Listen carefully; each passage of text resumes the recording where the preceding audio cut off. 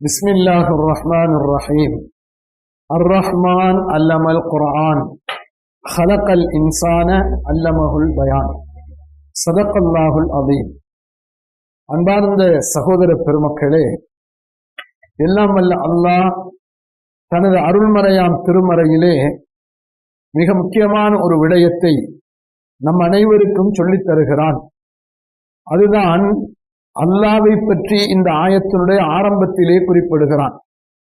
நம் அனைவரும் ஈமான் கொண்டிருக்கிறோம், எல்லாம் வல்ல அல்லாஹ்தான் இந்த உலகத்தை படைத்தான், இந்த உலகத்திலே இருக்கிற ஜீவராசிகளை படைத்திருக்கிறான், அனைவருக்கும் உணவளித்துக் கொண்டிருக்கிறான், அனைவரையுமே மரணிக்க செய்வான், மறுமையிலே நம்மை எழுப்புவான், அங்கே கேள்வி கணக்கு கேட்கப்படும், சுவர்க்கமோ நரகமோ என்று முடிவாகும். இது நம் அனைவரும் கொண்டிருக்கக்கூடிய ஈமான். இந்த கருத்திலே யாருக்கும் சந்தேகம் வருமானால் அவன் உண்மையான முஃமினாக இருக்க முடியாது. அதற்கு அடுத்தபடியாக எல்லாம் வல்ல இறைவனாகிய அல்லாஹ் அவன் மிகவும் இரக்கமுள்ளவன் என்பது அல்லாஹ்வினுடைய ஒரு பண்பாக இருக்கிறது. அவனுடைய அஸ்மாவுல் ஹுஸ்னாவிலே மிக முக்கியமாக அல்லாஹ் என்பதற்கு அடுத்ததாக அர் ரஹ்மான் என்ற வார்த்தை வருகிறது. இந்த ஆயத்தையும் எல்லாம் வல்ல அல்லாஹ் அபிதந்தான் துவங்குகிறான். அர் ரஹ்மான், இரக்கமுடையவன். அல்லாஹ் எப்படிப்பட்டவன்? நம் அனைவருமே அல்லாவை நம்ப வேண்டும், அல்லாவை நேசம் கொள்ள வேண்டும். அவனுடைய முக்கியமான பண்பாகிய இந்த விடயம் இரக்கம் கொள்ளுதல் என்பது அவன் மிகப்பெரிய கருணை உள்ளவனாக இருக்கிறான். ஒரு தாயை விட ஏன் 70 மடங்கு இரக்கம் உள்ளவன் என்று நாங்கள் அருமை நபி ஸல்லல்லாஹு அலைஹி வஸல்லம் அவர்கள் சொல்ல கேட்டிருக்கிறோம். அந்த அடிப்படையிலே அல்லாஹ்வினுடைய பண்புகளிலே மிக முக்கியமான ஒன்றுதான் அர் ரஹ்மான். பெரும்பாலும் அல்லாஹ்வை பற்றி மக்களுக்கு மத்தியிலே சொல்லப்படுவது அவன் கடுமையானவன், அவன் தண்டிக்கக்கூடியவன், அவனுடைய பிடி பயங்கரமானதாக இருக்கும், அவன் நரகத்திலே போட்டு வேதனை செய்வான். இது போன்றுதான் அல்லாஹ்வை ஒரு பயங்கரவாதியாக அல்லது ஒரு பயங்கரமானவனாகத்தான் அதிகமானவர்கள் நமக்கு மத்தியிலே பேசிக் கொண்டிருக்கிறார்கள். ஆனால் அல்லாஹ்வினுடைய மிக முக்கியமான பண்பு அர் ரஹ்மான், இரக்கமுடையவன், அன்புள்ளவன், கிருபையுள்ளவன், உதவி செய்பவன், பாசமுள்ளவன், ஒவ்வொருவரையும் மன்னிக்கக்கூடியவன். இப்படி அவனுடைய பண்புகள் நிறைய இருப்பதை நாங்கள் பார்க்க முடிகிறது. அதை கொண்டே இந்த ஆயத்தை எல்லாம் வல்ல அல்லாஹ் துவங்குகிறான். அப்படிப்பட்ட கருணையுள்ள இறைவன் மனிதனை இந்த உலகத்திலே படைத்து காலாகாலமாக ஒவ்வொரு நபிமார்களையும் வேதங்களையும் அனுப்பினான்.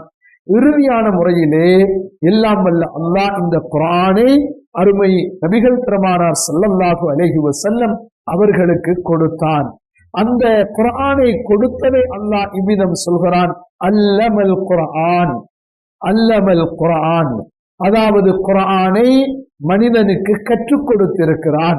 குர்ஆனை பெருமானார் ஸல்லல்லாஹு அலைஹி வஸல்லம் அவர்களுக்கு இறங்கி கொஞ்சம் கொஞ்சமாக 23 ஆண்டு காலங்கள் இறக்கப்பெற்ற இன்றைக்கு முழுமையாக நாங்கள் ஓதக்கூடிய கண் குளிர கல்பு குளிர ஓதக்கூடிய இந்த குர்ஆன், அல்லாஹ் இவற்றை நாம் மனிதனுக்கு கற்றுக் கொடுத்திருக்கிறோம்.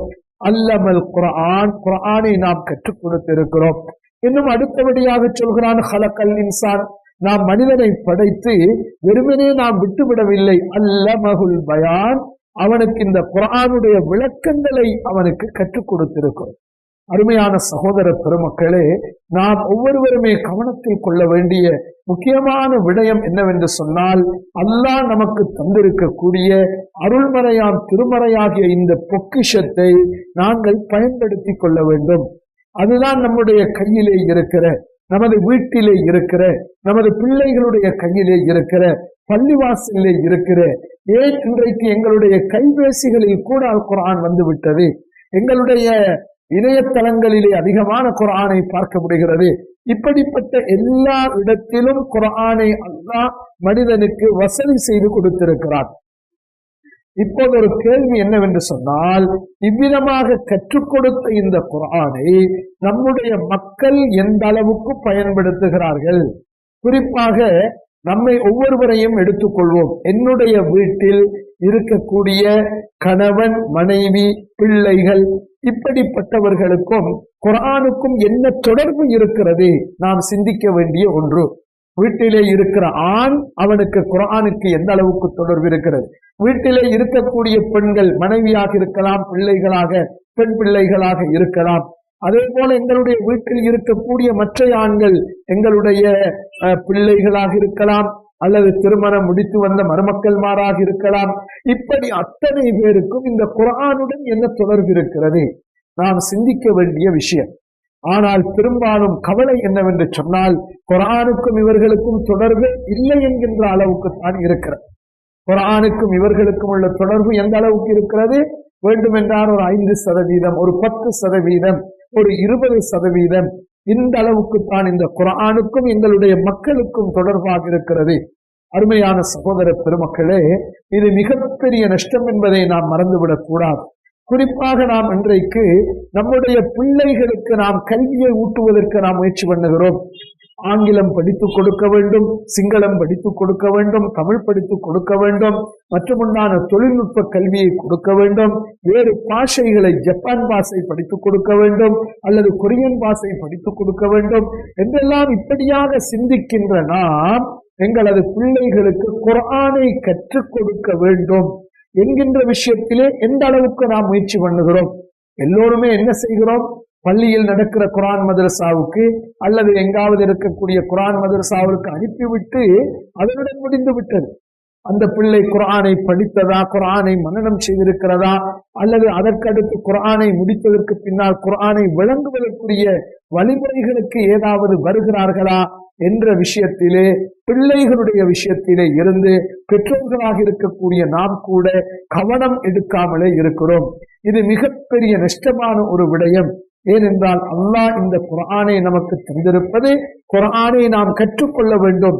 வீட்டிலே இருக்கிற ஒவ்வொரு பிள்ளைகளுக்கும், அதாவது சுமார் பாடசாலைக்கு செல்லுகின்ற வயது வந்துவிட்டால் அந்த பிள்ளைக்கு குர்ஆனை கற்றுக் கொடுக்க வேண்டும்.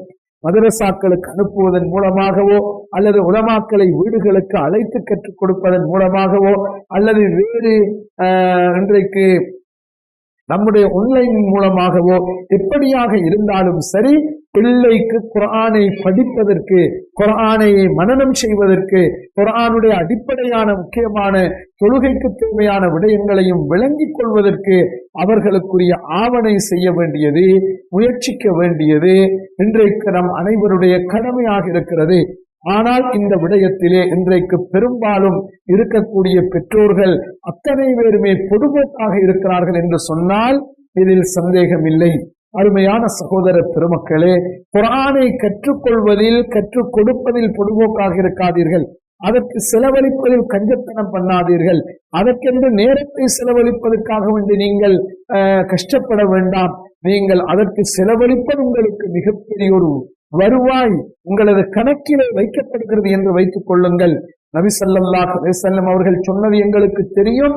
நீங்கள் அலிஃப் லாம் மீம் என்று ஓதினால் உங்களுக்கு அதிலே 30 நன்மை கிடைக்கும். அலிஃபுன் ஹரஃபுன், லாமுன் ஹரஃபுன், மீமுன் ஹரஃபுன் என்றார்கள். இந்த ஒவ்வொரு எழுத்துமே ஒரு எழுத்து ஒன்றுக்கு 10 நன்மை என்று சொன்னார்கள்.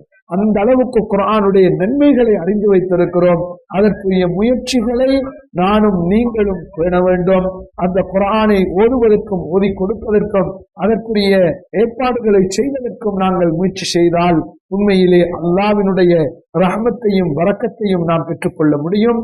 எல்லாம் வல்ல அல்லாஹ் நம் அனைவருக்கும் அருள் புரிவானாக.